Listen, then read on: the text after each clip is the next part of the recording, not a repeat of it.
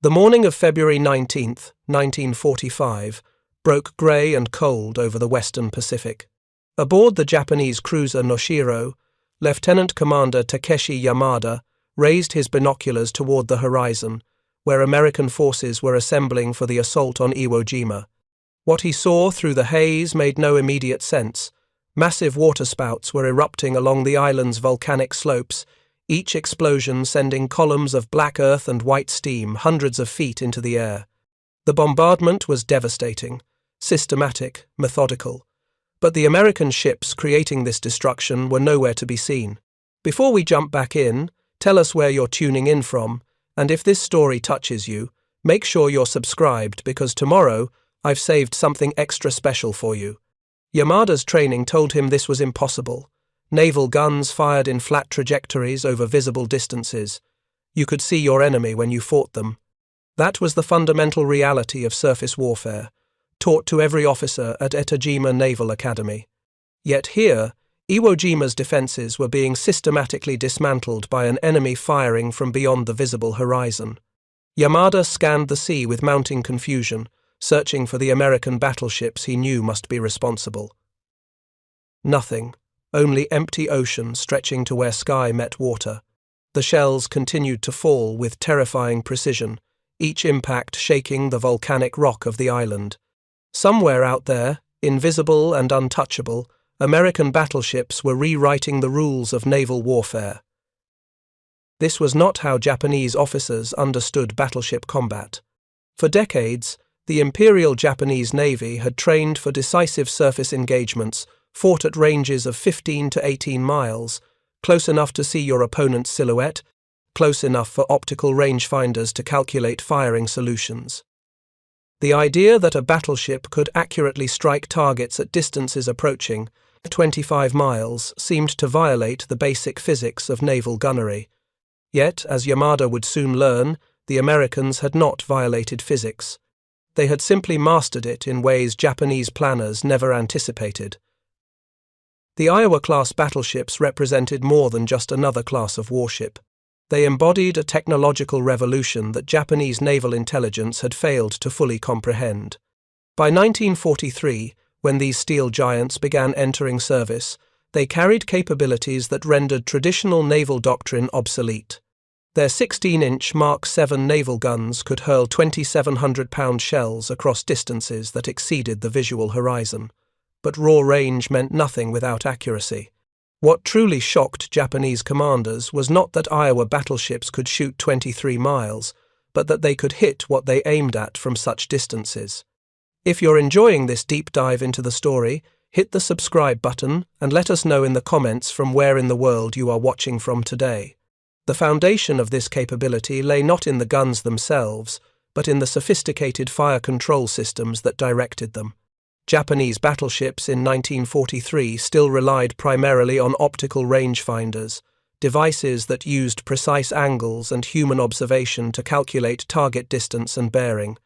These systems worked admirably in daylight at moderate ranges. They became nearly useless at night, in fog, or at distances where the curvature of the Earth placed targets below the visible horizon. The Americans had moved beyond optical systems. They had embraced radar. The Mark 8 fire control radar, installed aboard Iowa-class battleships beginning in 1943, could track surface targets at ranges exceeding 25 miles, in complete darkness, through fog, rain, or smoke. The radar return provided precise range and bearing information that fed directly into the Mark 38 fire control computer, a mechanical calculating machine that solved the complex ballistics equations required for accurate long-range gunnery. The computer accounted for target speed and course, own ship speed and course, wind speed and direction, air temperature and density, barrel wear, propellant temperature, and even the Earth's rotation. Within seconds, it generated firing solutions that human calculators would have needed minutes to produce, and with greater accuracy. This integration of radar and ballistics computing created a revolution in naval warfare, as significant as the introduction of rifled guns a century earlier. For the first time in history, battleships could engage targets they could not see. with accuracy that rivaled or exceeded visual range gunnery. Japanese naval officers, trained in a tradition that emphasized superior marksmanship and fighting spirit, found themselves facing an enemy whose ships could see farther, calculate faster, and shoot more accurately than anything in the Imperial Japanese Navy's arsenal. The psychological impact of this technological disparity cannot be overstated. Imagine commanding a warship, knowing that your opponent can strike you from distances where you cannot even detect their presence, much less return fire effectively. Imagine the helplessness of watching your ship's rangefinders sweep empty horizons while enemy shells bracket your position with unnerving precision. This was the reality Japanese officers confronted when they faced Iowa-class battleships in the Pacific Campaign. The roots of this American technological advantage stretched back to the late 1930s, when the United States Navy began serious investment in naval radar development. By 1941, American researchers had developed working fire control radar systems. By 1942, these systems were being installed aboard major warships. By 1943, when the first Iowa-class battleships entered service, radar-directed gunnery had become standard doctrine for the United States Navy. The Japanese, despite their own radar research programs, never achieved comparable integration of radar and fire control systems aboard their battleships. The technical specifications of the Iowa's main armament told part of the story. Each ship mounted 9 16-inch 50-caliber Mark 7 guns, arranged in 3 triple turrets. The designation 50 caliber indicated that each gun barrel measured 50 times the bore diameter in length, creating a barrel approximately 66 feet long. This extreme length provided the velocity necessary to achieve maximum range. When fired at maximum elevation of 45 degrees, these guns could propel their shells to ranges exceeding 42,000 yards, roughly 24 statute miles. The shells themselves were marvels of engineering. The standard armor-piercing projectile, designated Mark 8, weighed 2,700 pounds. Its body consisted of forged steel, hardened to penetrate enemy armor plate. Inside, approximately 40 pounds of explosive filler would detonate after penetration, creating catastrophic damage within the target ship's interior spaces. For shore bombardment, the Iowa class could fire high-capacity shells weighing 1,900 pounds, carrying substantially more explosive for maximum destructive effect against land targets. Propelling these massive projectiles required equally impressive powder charges. Each full charge consisted of 6 silk bags of nitrocellulose powder, together weighing approximately 660 pounds. When ignited in the gun's chamber, this powder generated pressures exceeding 18 tons per square inch, hurling the shell from the barrel at muzzle velocities approaching 2,700 feet per second. The physics involved were staggering. Each firing subjected the gun barrel to tremendous stress, heating, and wear. Yet the guns remained accurate through hundreds of firings, a testament to American metallurgy and manufacturing precision. But again, range and power meant little without accuracy. This is where the fire control system proved decisive. The Mark 38 Director, mounted high in the ship's superstructure, housed the radar antennas and optical rangefinders. Operators tracked the target, feeding position data to the computer. The computer, located in an armored plotting room deep within the ship, continuously calculated firing solutions. The solutions went to the gun mounts, where hydraulic drives automatically trained and elevated the guns to the computed bearing and angle. When the firing officer pressed the trigger, all 9 guns could fire in a single devastating salvo. The accuracy achievable with this system shocked even American gunners initially. During shakedown trials in 1943, USS Iowa demonstrated the ability to place shells within a 100-yard radius of targets at ranges exceeding 20 miles. This level of precision at such distances was unprecedented. Traditional naval doctrine held that hitting rates fell dramatically beyond 15 miles. The Iowa class proved that radar and computing could overcome these limitations. Japanese intelligence officers reviewing early combat reports struggled to believe the ranges being claimed.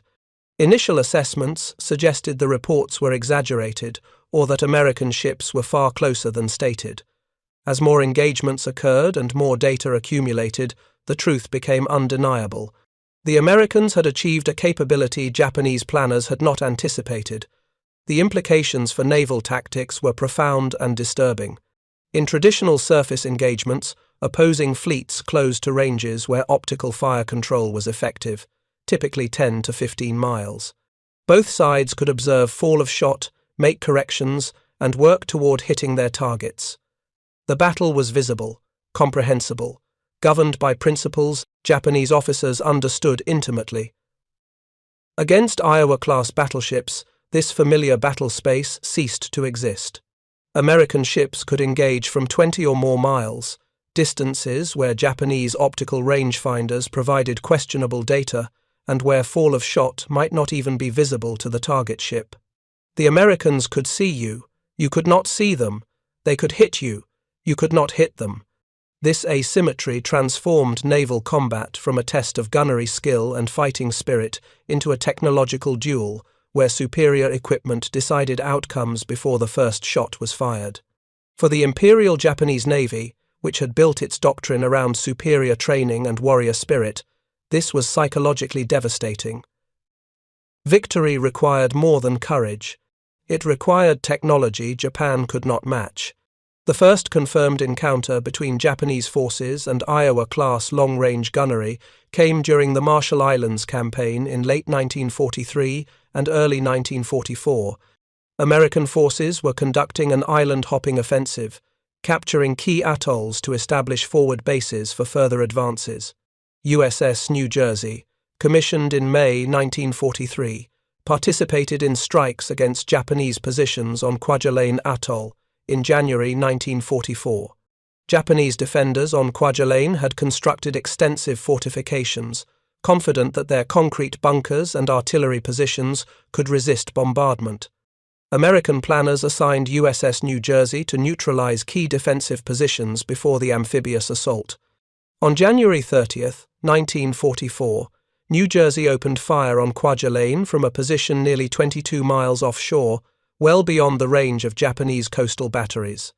The Japanese garrison commander, Colonel Akiro Tsunetare, recorded his observations in a log that was recovered after the island's capture. His entries from that morning described enormous explosions walking across the island's defenses, with terrifying accuracy. Tsunetare noted that the American battleship firing on his positions was not visible from any observation post. His coastal artillery, with a maximum range of approximately 13 miles, could not return fire. The garrison could only endure the bombardment while their defenses were systematically destroyed.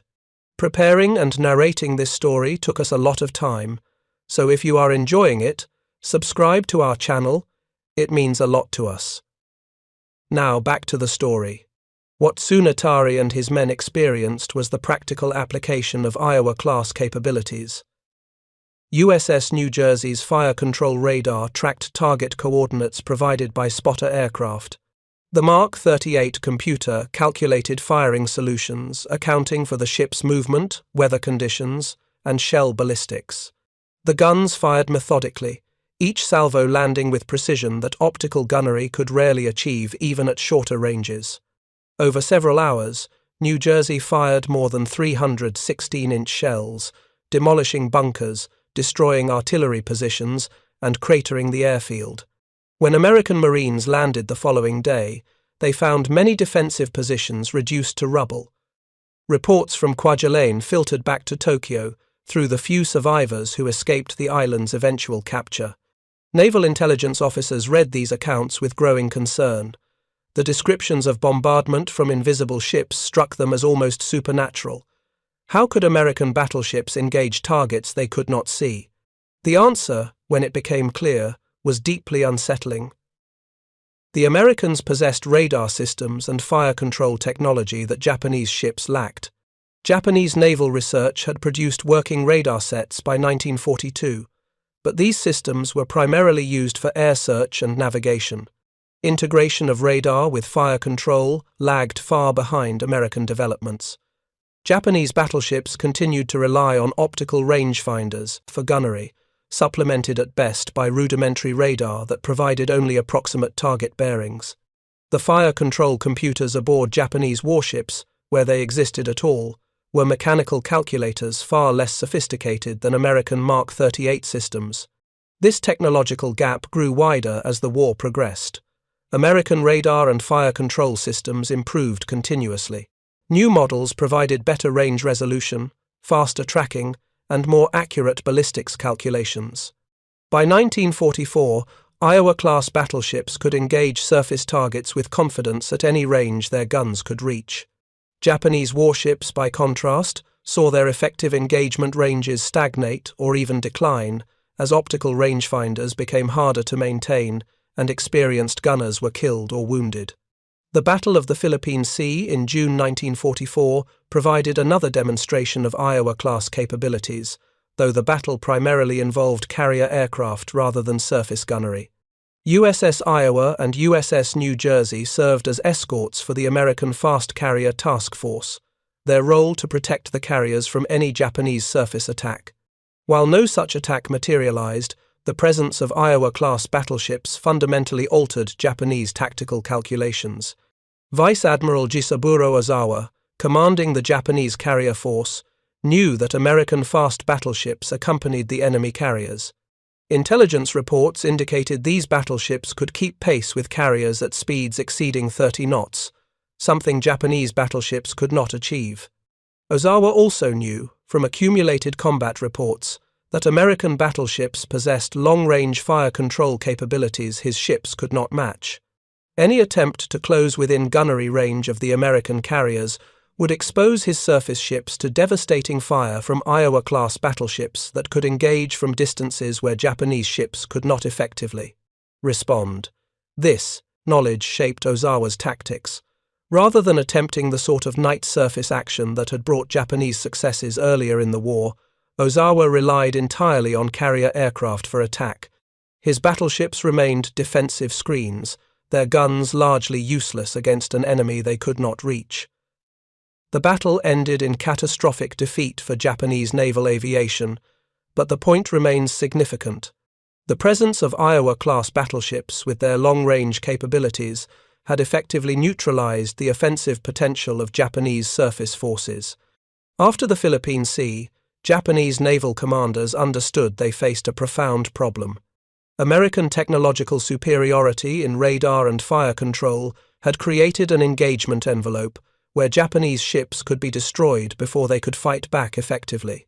Traditional solutions, closing the range quickly to negate American advantages, were blocked by the Iowa's exceptional speed. The Americans could choose their engagement range, and they consistently chose ranges where their radar-directed gunnery gave them overwhelming advantage.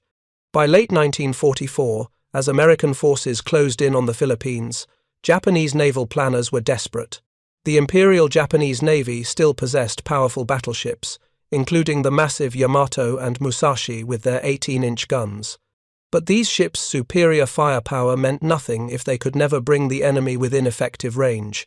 The Battle of Leyte Gulf in October 1944 would provide the final bitter confirmation of Japanese battleships' obsolescence in the face of American technological superiority. If you find this story engaging, please take a moment to subscribe and enable notifications. It helps us continue producing in-depth content like this.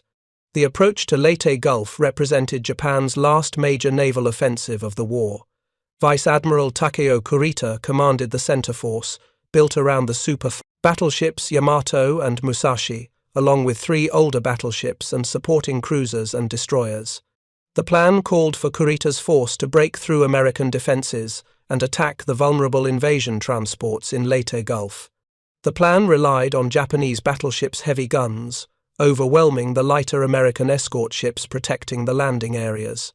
American intelligence detected Kurita's approach through submarine sightings and reconnaissance flights. Admiral William Halsey, commanding the Third Fleet, positioned his fast carrier task forces to intercept. These task forces included USS Iowa and USS New Jersey as escorts. On October 24, 1944, American carrier aircraft attacked Kurita's force in the Sibuyan Sea. The super battleship Musashi received repeated torpedo and bomb hits, eventually capsizing and sinking with heavy loss of life. The loss of Musashi demonstrated carrier aircraft's supremacy over even the most heavily armored battleships, but the presence of Iowa-class battleships added another layer of threat. If Kurita's force penetrated the air defenses and closed with American ships, they would face USS Iowa and USS New Jersey, whose radar-directed 16-inch guns could engage from ranges where Japanese optical fire control became unreliable. Kurita knew this, his officers knew this. The knowledge affected their decision-making throughout the battle. On the morning of October 25, 1944, Kurita's center force emerged from San Bernardino Strait and encountered not the main American fleet but a group of escort carriers designated Taffy 3. These were small, slow carriers with minimal defensive armament, protected only by a handful of destroyers and destroyer escorts. For a brief moment, it appeared Japanese battleships might finally achieve the decisive surface engagement they had trained for. Yamato's 18-inch guns opened fire at extreme range, their massive shells creating towering waterspouts around the American carriers. Yet, even here, in what should have been a moment of Japanese advantage, the psychological weight of American technological superiority manifested itself. Kurita's officers knew that USS Iowa and USS New Jersey were somewhere in the area. They knew these battleships could engage from distances where Japanese optical rangefinders struggled. They knew American radar could track targets in conditions where Japanese lookouts were blind. This knowledge created hesitation, caution, fear of ambush. Rather than pressing his attack with the overwhelming force available, Kurita repeatedly altered course, seeking to avoid what he believed were attacks by American cruisers and battleships. The American destroyers and destroyer escorts of Taffy 3 made desperate torpedo runs, charging directly at Japanese battleships in what appeared to be suicidal attacks. These small ships could not possibly survive against Yamato's guns in a sustained engagement. Yet their aggressive tactics convinced Kurita that he faced a larger force than actually existed. Combined with reports of air attacks and fears about American fast battleships approaching, Kurita made the stunning decision to break off the attack and withdraw. The escort carriers of Taffy 3 escaped, and with them went Japan's last opportunity for a significant surface victory. Admiral Halsey, racing south with his battleships after being drawn away by a diversionary Japanese carrier force, arrived too late to intercept Kurita. USS Iowa and USS New Jersey never fired their guns at Japanese battleships during Leyte Gulf. Yet their reputation, their known capabilities, their psychological presence had influenced Japanese decisions throughout the battle. The fear of facing radar-directed gunnery from ships that could engage beyond visual range had contributed to Kurita's caution and ultimate withdrawal. The battle was decided not just by what American ships did, but by what Japanese commanders feared they could do. After Leyte Gulf, the Imperial Japanese Navy ceased to exist as an effective fighting force. Most of its carriers had been sunk. Its battleships were bottled up in home ports, lacking fuel for operations. The technological gap between Japanese and American warships had become unbridgeable. Japanese officers reviewing after-action reports from Leyte Gulf understood that even when circumstances gave them apparent advantage, the qualitative superiority of American fire control and radar systems made victory impossible. The final months of the war saw Iowa-class battleships shift primarily to shore bombardment missions, supporting amphibious landings across the Pacific. At Iwo Jima, in February 1945, USS Idaho and USS Tennessee, older battleships, provided close-in fire support while USS North Carolina, a newer fast battleship with capabilities approaching the Iowa class, engaged targets from extended ranges. The bombardment demonstrated both the destructive power of heavy naval guns and the precision achievable with radar-directed fire control. Japanese defenders on Iwo Jima had constructed an elaborate network of underground fortifications, confident these positions could withstand naval bombardment. They were partially correct. Many deep bunkers survived. But the accuracy of American fire control allowed battleships to systematically target individual pillboxes, artillery positions, and command posts. Spotting aircraft radioed coordinates, fire control radars locked onto targets, computers calculated solutions. Shells landed with precision that would have seemed impossible a decade earlier. The defenders could hear the shells coming, could feel the earth shake with each impact, but could do nothing to stop it. Commander Tadamichi Kuribayashi, the Japanese general commanding Iwo Jima's defense, wrote in his final dispatches that American firepower was beyond anything he had anticipated. His carefully prepared defenses were being dismantled systematically before the ground assault even began. The psychological impact on his troops was devastating. They had been told their positions were impregnable. They watched those positions destroyed by ships firing from distances where return fire was impossible. Morale suffered accordingly. At Okinawa in April 1945, the pattern repeated on an even larger scale.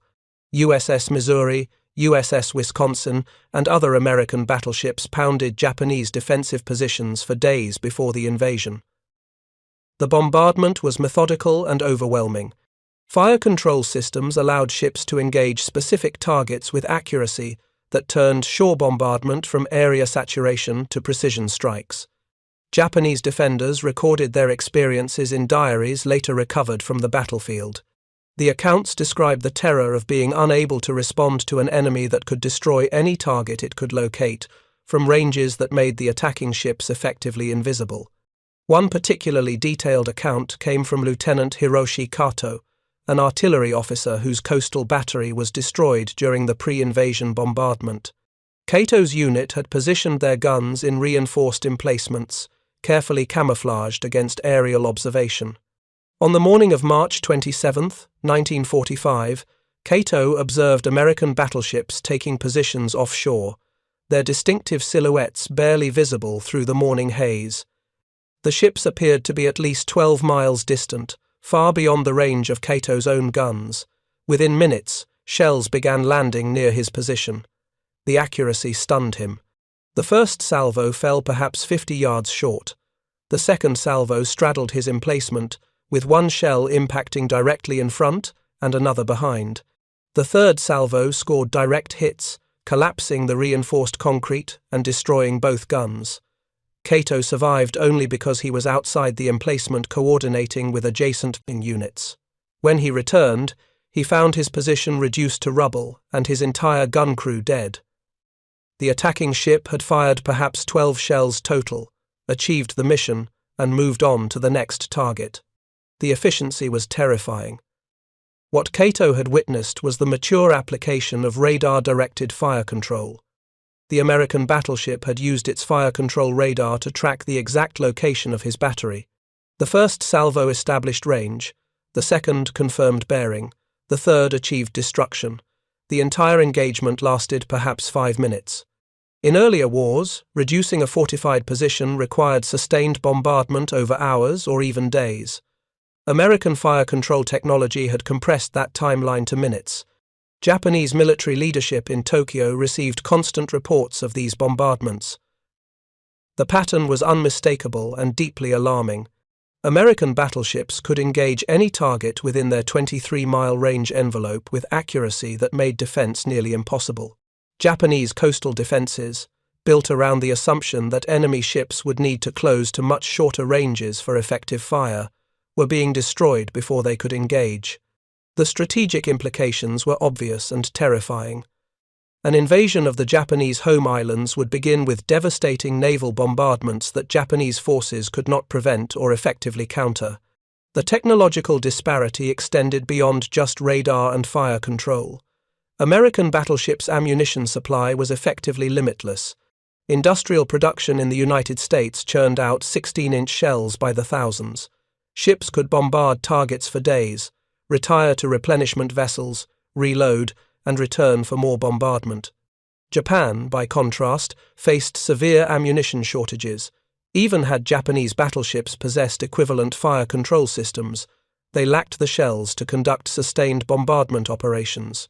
This industrial dimension of American fighter's superiority deepened the psychological impact on Japanese officers. It was not just that American technology was superior. It was that American industry could produce that technology and its supporting ammunition in quantities Japan could never match. Every Iowa-class battleship represented not just advanced engineering but the industrial capacity to build, maintain, and supply such vessels indefinitely. Japan had built 2 Yamato-class super battleships. America had built 4 Iowa-class fast battleships during the war, with 2 more under construction when the war ended. This disparity in industrial output told the story more clearly than any battle report. By summer 1945, Japanese naval commanders understood their situation completely. They possessed no counter to American technological and industrial superiority. The Iowa-class battleships embodied both dimensions of this disparity. They were technologically advanced, capable of engaging targets at ranges Japanese ships could not match. They were industrially abundant, supplied with ammunition and fuel that Japanese forces could only dream of. Most importantly, they were psychologically dominant. Japanese officers who had once trained for decisive surface engagements now understood that such engagements would be one-sided massacres. The final confirmation came with the atomic bombings of Hiroshima and Nagasaki in August 1945. These weapons demonstrated yet another dimension of American technological superiority. Japan surrendered on August 15, 1945. The formal surrender ceremony took place on September 2 aboard USS Missouri in Tokyo Bay. The choice of venue was deliberate and symbolic. Japanese officials would sign the surrender documents on the deck of an Iowa-class battleship, surrounded by representatives of American military might. Foreign Minister Mamoru Shigemitsu signed for the Japanese government. General Yoshijiro Umezu signed for the Imperial, Japanese military. As they stood on Missouri's deck, they were surrounded by the physical embodiment of why Japan had lost the war. The battleship beneath their feet represented technological sophistication Japan had never matched. Its radar systems could track targets beyond the horizon. Its fire control computers could solve ballistics equations in seconds. Its 16-inch guns could strike targets 23 miles distant with accuracy that seemed impossible by traditional naval gunnery standards. The surrender ceremony lasted 23 minutes. When it concluded, hundreds of American aircraft flew overhead in a massive demonstration of air power. The symbolism was complete. Japan had lost the war because American technology, industry, and tactical doctrine had evolved beyond anything Japanese forces could counter. The Iowa-class battleships were merely the most visible symbol of this disparity, but they represented a comprehensive defeat across every dimension of modern warfare. In the decades following the war, the story of Japanese officers discovering Iowa-class capabilities became a subject of historical analysis and cultural reflection. Japanese naval historians examined how their pre-war doctrine had failed to anticipate technological developments in radar and fire control. American analysts studied how technological superiority had provided decisive advantages, even in circumstances where Japanese forces possessed numerical or positional advantages. The conclusion was consistent across both perspectives. Modern warfare rewarded technological innovation and industrial capacity over traditional values of fighting spirit and tactical skill. The Iowa-class battleships themselves enjoyed remarkably long service lives. All 4 were mothballed after World War II, then reactivated for the Korean War. USS New Jersey provided fire support during the Vietnam War. In the 1980s, all 4 were modernized with cruise missiles and recommissioned for service during the Cold War. USS Missouri and USS Wisconsin participated in the Persian Gulf War in 1991, firing Tomahawk cruise missiles and providing naval gunfire support during Operation Desert Storm. A ship designed in the late 1930s remained militarily relevant 50 years later, a testament to the fundamental soundness of its design. Today, all 4 Iowa-class battleships are preserved as museum ships. USS Iowa resides in Los Angeles, California. USS New Jersey is berthed in Camden, New Jersey. USS Missouri occupies a place of honor in Pearl Harbor, Hawaii, moored near the USS Arizona Memorial. USS Wisconsin is displayed in Norfolk, Virginia. Hundreds of thousands of visitors tour these ships annually, walking the decks where history was made, examining the massive 16-inch guns that once dominated the Pacific. For Japanese visitors to these museums, The experience carries particular resonance. Many are children or grandchildren of the generation that fought against these ships. They can see firsthand the technological systems that gave American forces such devastating advantages. The fire control directors, still mounted high on the superstructures. The radar antennas, preserved as they appeared during the war. The plotting rooms where mechanical computers solved ballistics equations. The gun turrets, each housing 3 barrels capable of hurling shells to distances their grandparents' generation could barely comprehend. The broader lesson extends beyond naval warfare or even World War II specifically. The story of Japanese officers discovering Iowa-class long-range capabilities illustrates how technological innovation can fundamentally alter the nature of conflict. Traditional skills and training become less relevant when the enemy possesses systems that render those skills obsolete. Fighting spirit and courage cannot overcome a situation where the enemy can destroy you from distances where you cannot even detect their presence, let alone fight back effectively. Japanese naval doctrine in the 1930s and early 1940s emphasized superior training, better tactics, and warrior spirit as compensating factors for numerical inferiority. These factors had proven effective in earlier conflicts, particularly the Russo-Japanese War of 1904 to 1905, where Japanese forces defeated a numerically superior Russian fleet through superior gunnery and aggressive tactics. The doctrine assumed that qualitative advantages in personnel could overcome quantitative disadvantages in ships and weapons. World War II demolished these assumptions. When the technological gap became sufficiently large, qualitative advantages in training and spirit could not compensate. Japanese gunnery officers might possess superior optical range-finding skills. Those skills meant nothing when American radar could track targets the Japanese could not even see. Japanese gun crews might load and fire faster. That speed was irrelevant when American fire control computers solved ballistics problems in seconds rather than minutes. Japanese sailors might possess unlimited courage. Courage could not close a 20-mile gap when American battleships could maintain that distance indefinitely while firing with precision. The psychological impact of this realization on Japanese officers who survived the war was profound and lasting. Many wrote memoirs describing the moment they understood the war could not be won.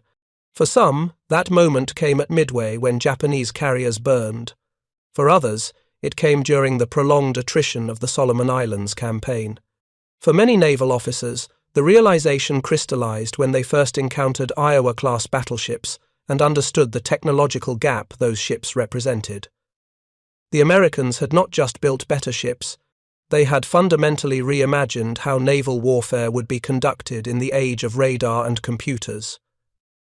This reimagining extended beyond hardware to doctrine and training.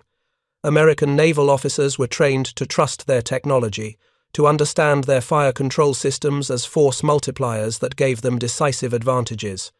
Japanese officers were trained in a tradition that emphasized human factors over technological ones, that viewed excessive reliance on technology as somehow dishonorable or weak. When these two approaches collided in the Pacific, the outcome was foreordained. Technology properly employed would defeat spirit and skill operating without equivalent technological support. The final irony of the story is that Japanese engineers and scientists were capable of developing comparable systems. Japan possessed talented radar researchers, skilled mechanical engineers, and innovative weapons designers. What Japan lacked was not intellectual capacity, but industrial capacity and doctrinal flexibility. The industrial base necessary to produce sophisticated radar systems and fire control computers in meaningful quantities did not exist. The doctrinal framework to integrate such systems effectively into naval operations was never developed. By the time Japanese leadership recognized these deficiencies, the war had already been lost. The story of Japanese officers discovering that Iowa battleships could hit targets 23 miles away is ultimately a story about the nature of technological warfare and the importance of innovation in military affairs. It demonstrates how a single technical advantage, radar-directed fire control in this case, can cascade into overwhelming operational superiority. It illustrates the psychological dimension of technological disparity, how knowledge of enemy capabilities affects decision-making, even in situations where those capabilities are not directly employed. Most significantly, it serves as a historical lesson about the dangers of doctrinal rigidity and the necessity of adapting to technological change. For the young Japanese naval officers who encountered Iowa-class battleships in the Pacific between 1943 and 1945, the experience was transformative and traumatic. They had been trained to believe in the superiority of Japanese naval power, the invincibility of battleships like Yamato, the decisive importance of fighting spirit. They discovered instead that American technological and industrial superiority had rendered their training obsolete, their battleships vulnerable, and their courage insufficient. The thunder of 16-inch guns firing from beyond the horizon announced not just the end of individual battles, but the end of an entire era of naval warfare and the definitive end of Japanese naval power in the Pacific. The decades following the war brought a gradual shift in how both American and Japanese historians understood the Iowa-class battleship's impact on Pacific naval warfare. Initial post-war assessments focused primarily on carrier aviation as the decisive factor in Japan's defeat. This interpretation was not incorrect, but it was incomplete.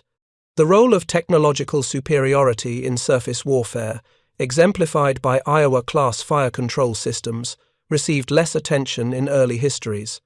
Only as classified documents were declassified, and veterans on both sides began sharing their experiences, did the full picture emerge.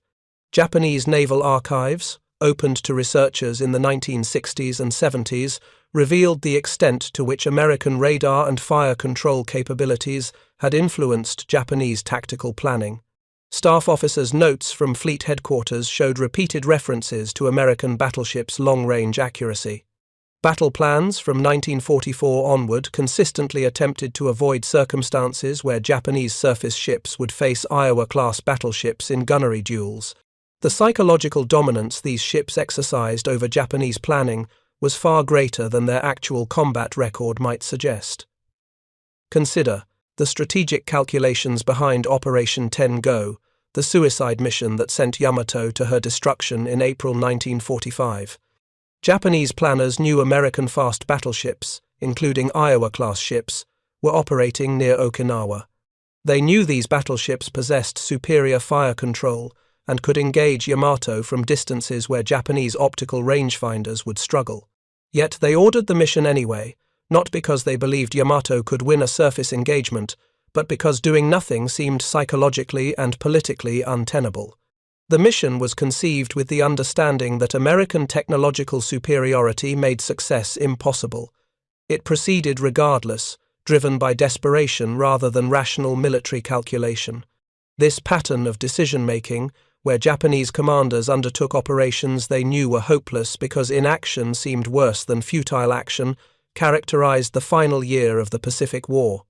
The knowledge that American forces possessed overwhelming technological advantages, that Japanese ships could be engaged and destroyed from distances where they could not fight back effectively, created a sense of helplessness that pervaded Japanese naval command. Officers trained to believe in the possibility of victory through superior spirit and skill found themselves in a war where spirit and skill could not overcome technological disparity. American veterans of Pacific surface warfare offered their own perspectives in post-war memoirs and interviews. Many described the confidence that came from knowing their fire control systems gave them decisive advantages. Gunnery officers aboard Iowa-class battleships recalled the almost clinical nature of long-range engagements. Radar provided target data, computers calculated solutions. Guns fired with precision that would have seemed magical to sailors of earlier generations. The process felt less like combat and more like an engineering problem being systematically solved. This description captures something essential about modern technological warfare. When one side possesses sufficient technological superiority, combat loses its character as a contest between roughly equal opponents and becomes instead an exercise in applying overwhelming capability against an overmatched enemy. The experience is profoundly different for the two sides. The superior side experiences confidence, even routine. The inferior side experiences helplessness and despair. These divergent psychological experiences shape not just individual battles, but entire campaigns, and ultimately, the war's outcome. The technical evolution of fire control systems continued after World War II, driven by lessons learned in the Pacific. American designers recognized that radar-directed gunnery had proven decisive and invested heavily in improved systems. By the Korean War, American battleships possessed fire control capabilities that exceeded even the advanced systems of 1945. When USS New Jersey provided gunfire support for United Nations forces in Korea, she could engage targets with accuracy that North Korean and Chinese forces found devastating and inexplicable. The technological gap that had existed between American and Japanese forces in World War II persisted, now manifesting between American forces and their Cold War adversaries. The Korean War also demonstrated the continuing relevance of naval gunfire support even in an age increasingly dominated by aircraft and missiles. USS New Jersey's 16-inch guns could strike targets dozens of miles inland with precision guided by shore spotters and aerial observers. The psychological impact on enemy troops subjected to these bombardments echoed the experiences of Japanese soldiers at Iwo Jima and Okinawa. They faced destruction from an enemy they could not see, could not reach, and could not effectively counter. The demoralization this created was as significant as the physical destruction. Soviet naval planners studied American fire control capabilities carefully during the Cold War. They recognized that in any naval confrontation, American technological superiority in radar and computing would provide decisive advantages in surface gunnery. Soviet responses focused on developing long-range anti-ship missiles that could engage American vessels from distances where surface guns were irrelevant. This tactical evolution represented an acknowledgement that competing directly with American fire control technology was impractical. Better to render the technology irrelevant by developing weapons that operated at ranges beyond what even radar-directed guns could reach. The modernization of Iowa-class battleships in the 1980s reflected this shift in naval warfare. The ships were equipped with Tomahawk cruise missiles and Harpoon anti-ship missiles, giving them strike capabilities at ranges of hundreds of miles rather than merely 23. Yet even in this updated configuration, the 16-inch guns remained valuable for their ability to deliver precision fire support in littoral warfare. During Operation Desert Storm in 1991, USS Missouri and USS Wisconsin fired their main batteries at Iraqi positions, demonstrating that guns designed in the 1930s remained militarily relevant half a century later. Up next, you've got two more standout stories right on your screen. If this one hit the mark, you won't want to pass these up. Just click and check them out. And don't forget to subscribe and turn on the notification bell so you don't miss any upload from us.